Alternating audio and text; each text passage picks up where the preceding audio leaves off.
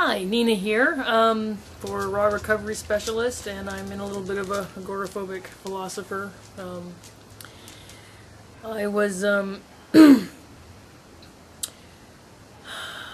One of the things I'm doing on my blog is I'm writing out my recovery process as it's happening, and I'm able to articulate it. That way, for me, I'm able to see it written down, and it helps me with another level of cognitive understanding and then reinforces it as a positive behavior. And then when I'm sharing it in my workshop, it's like that I'm helping people learn what I've been figuring out. And I've talked a bit about, on my blog, I've talked about how blogging and how Facebook and Zoetrope and other social sites where I'm engaging in more complex levels of interactions and different natures of relationships.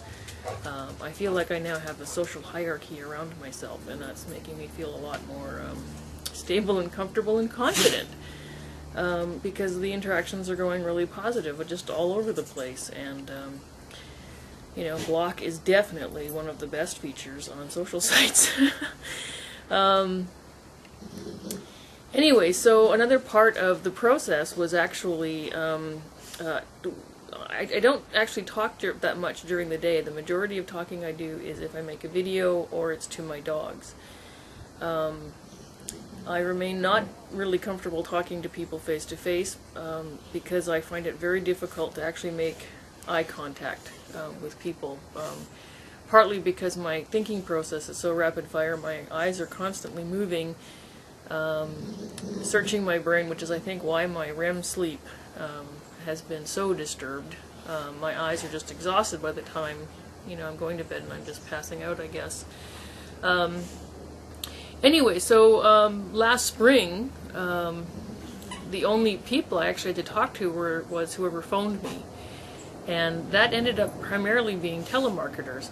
Now, on my original blog, which was Random Entrig, which then when I did my turnaround, I renamed it to Nina's Garden, and I had actually documented those changes and upgrades with the cover banners and on the Facebook that was really coordinated to developing the relationship between the two airplane.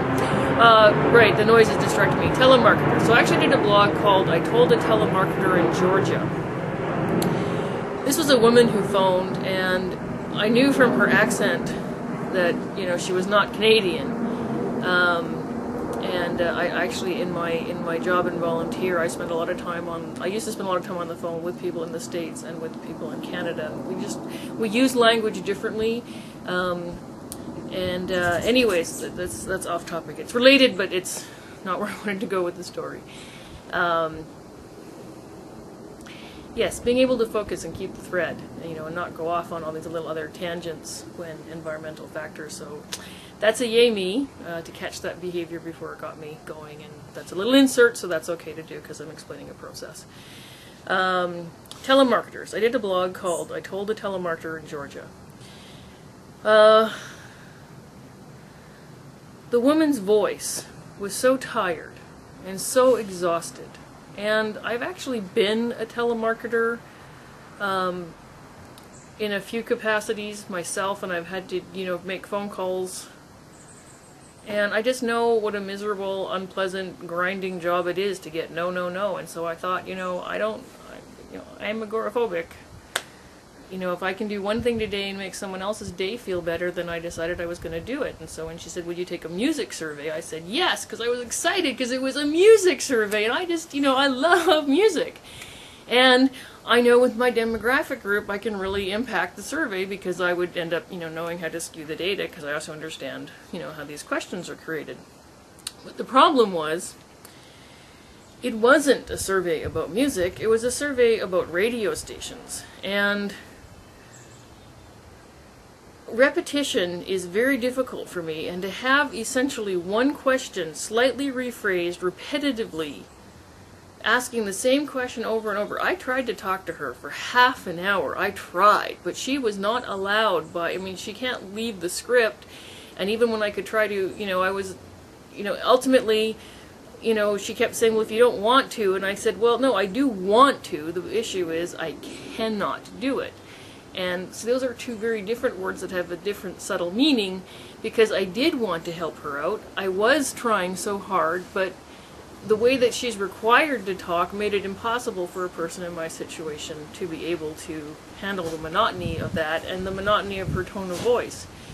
You know, but I did manage to, you know, in that conversation, I ended up actually blogging about it, was, you know, explaining to her about the cultural differences between Canada and the States, and about how, you know, and I think I used to joke that you could understand the difference between Canada and the U.S. by who our frontier Western heroes were, and in the U.S., that's mostly actually the gunslinger.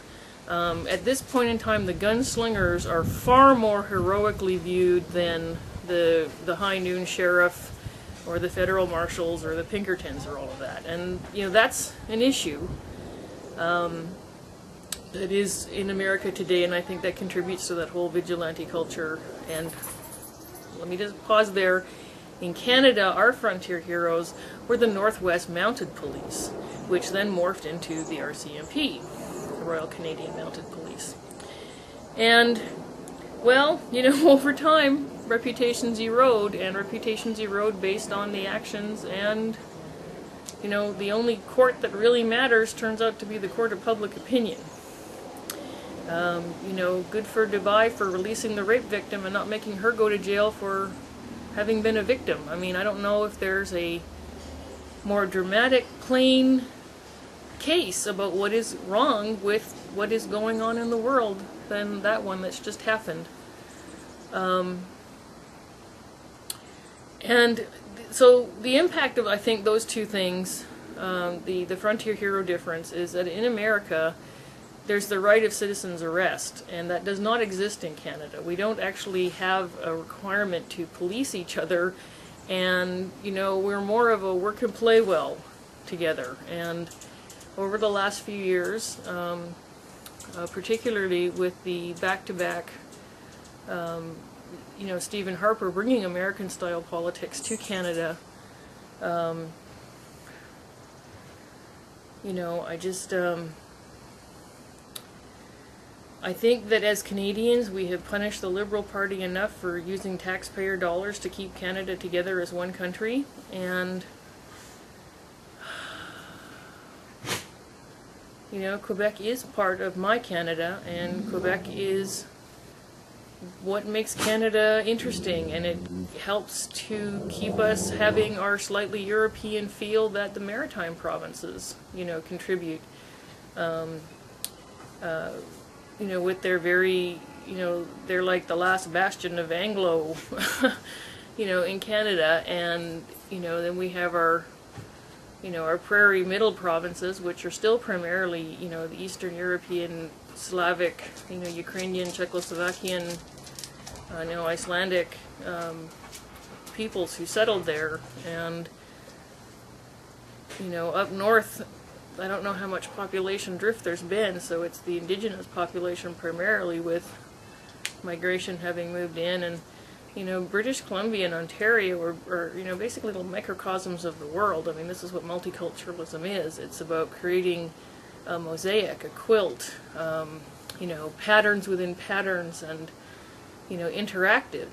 If you have a melting pot, well, that's just lowest common denominator, and everything settles out by density, which is your social stratification. You know, and this is, you know, it's not surprising to me that my recovery process actually started with being willing to write again, and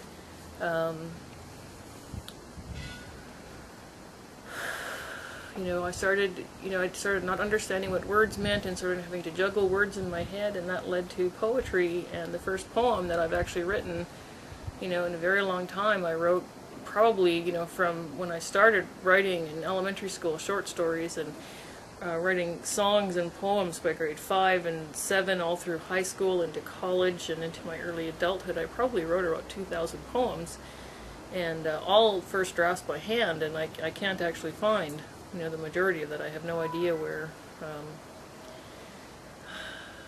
what's happened over the years, between moves and you know, just shuffling and, you know, decluttering and